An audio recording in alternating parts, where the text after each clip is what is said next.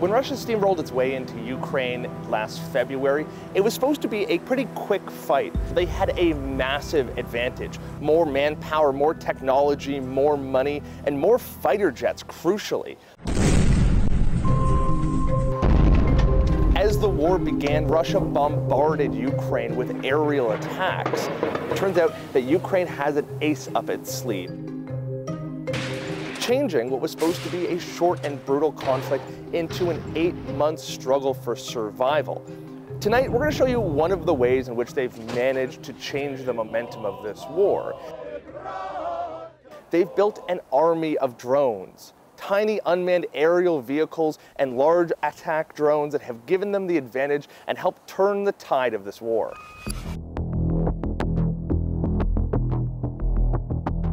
It's only been through support of its allies, particularly in NATO, that Ukraine has managed to build what it now calls an army of drones. After the initial onslaught from Russia, Turkey stood up and delivered a shipment of Bayraktar TB2 drones to Ukraine. Pretty quickly after these Turkish-made drones arrived, messaging app Telegram lit up with visuals of Ukraine taking out Russian warships, supply boats, ammunition depot, and even recapturing Snake Island, the strategically important base in the Black Sea. As Ukraine started racking up wins with these TB2 Turkish-made drones, Russia started getting better at shooting them down. It became pretty clear pretty quickly to Ukraine that if they were going to retake the skies, they were going to need more drones, a lot more drones. So they came up with a pretty clever idea. Together, let's build an army of drones to help protect the people of Ukraine and to regain their peace and independence. So they put the call out to the international community, asking every foreign government, every association, business, and even individuals, if you can send us a drone, if it can fly, we'll take it. If you don't have a drone, send us the money and we'll buy it ourselves. I even got the chance to speak with one Ukrainian drone operator who was in Kiev just back from the front lines. He underscored just how critically important and strategically useful these drones were. When the project Army of Drones started, they start collect all drones what civilian people have in their houses and in their apartments, and they start buying a lot of drones from other countries because they have a lot of donations, and they collected a lot of a really big army of drones. And now some drone and we need something, we just call, and next day they send us all of we want. You know, it's great project. What are you able to do with this, you know, this huge complement of drones that you wouldn't be able to do without them? You know, how has it really shaped Ukraine's defenses? Russian troops can be 2 kilometers in front of us or 3 kilometers. We start reconnaissance, we find, and we start to use military drones with a bomb, and we start hit them as far as we can. They save a lot of lives of our soldiers because Russians, they use a lot of artillery, you know, and when they start to use artillery and in the sky, we can find their artillery and we can send this information to Ukraine. Just days after we spoke, the Ukrainian armed forces mounted a surprise counteroffensive to the east of Kharkiv, recapturing over the course of several days and weeks thousands of kilometers of their territory, liberating dozens of towns. One thing our drone operator told me was that it will be critical for Ukraine to keep up these shipments of drones if it's going to continue forcing these counteroffensives. We actually got access to one delivery of Chinese-made surveillance drones earlier this month.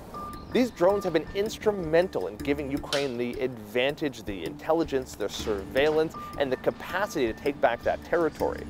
But I wanted to get a sense of what the long-term impact of this drone warfare would be. So I called up Paul Lyshenko. He's a lieutenant colonel in the U.S. Army, and he's a PhD candidate at Cornell University. He's also written the book about drone warfare. So at the tactical level of war, drones, especially these easily weaponized, commercially available drones, have provided Ukraine the ability to exact surprise against Russian forces, which has allowed them to disrupt sort of Russian forces, operational tempo, maneuver, and formation, and to destroy these forces at a scale probably would not have been achieved had drones not been integrated in the conflict. Many of those drones that Ukraine is deploying are commercial drones. I mean, some of them were literally donated by regular folks in North America and Europe, drones you could have went and bought at any electronics store. Ukraine has had to do this to gain parity with a larger scale military that by all accounts should have marched onto Kiev and installed a new regime. And by way of that, they have done things that have just kind of put Russia in kind of on the back foot. In recent weeks, Russia has got back on the front foot, trying to beat Ukraine at their own game.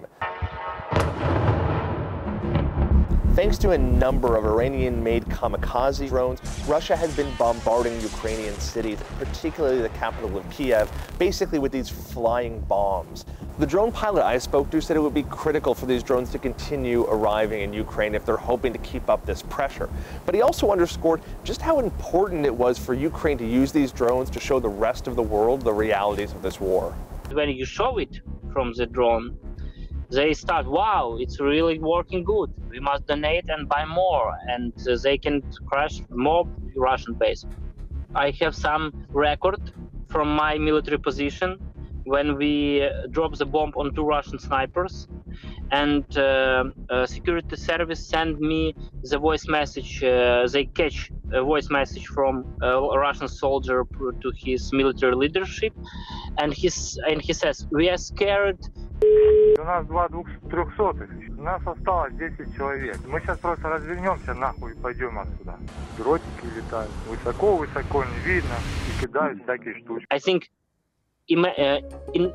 mentally it's changed some mind for Ukrainian people and Russian, because Russians scare drones.